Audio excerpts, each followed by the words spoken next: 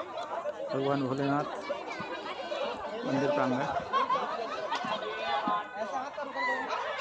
Jabalpur Seoni main road पर शिवरामाल नामक स्थल पर बहुत ही सुंदर, बहुत भव्य और बहुत ही आकर्षक मूर्ति की स्थापना यहाँ की गई है। आप देख रहे हैं नीचे मंदिर प्रांगण है और ऊपर भगवान भोलेनाथ शिव शंकर की बहुत ही विशाल प्रतिमा यहाँ स्थापित की गई है। यहाँ बहुत भीड़ होती है। चारों तरफ बहुत ही सुंदर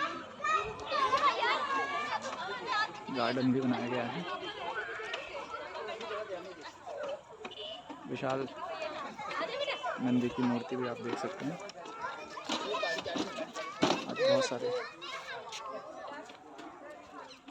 पर्यटक भी हैं और दर्शनार्थी भी हैं।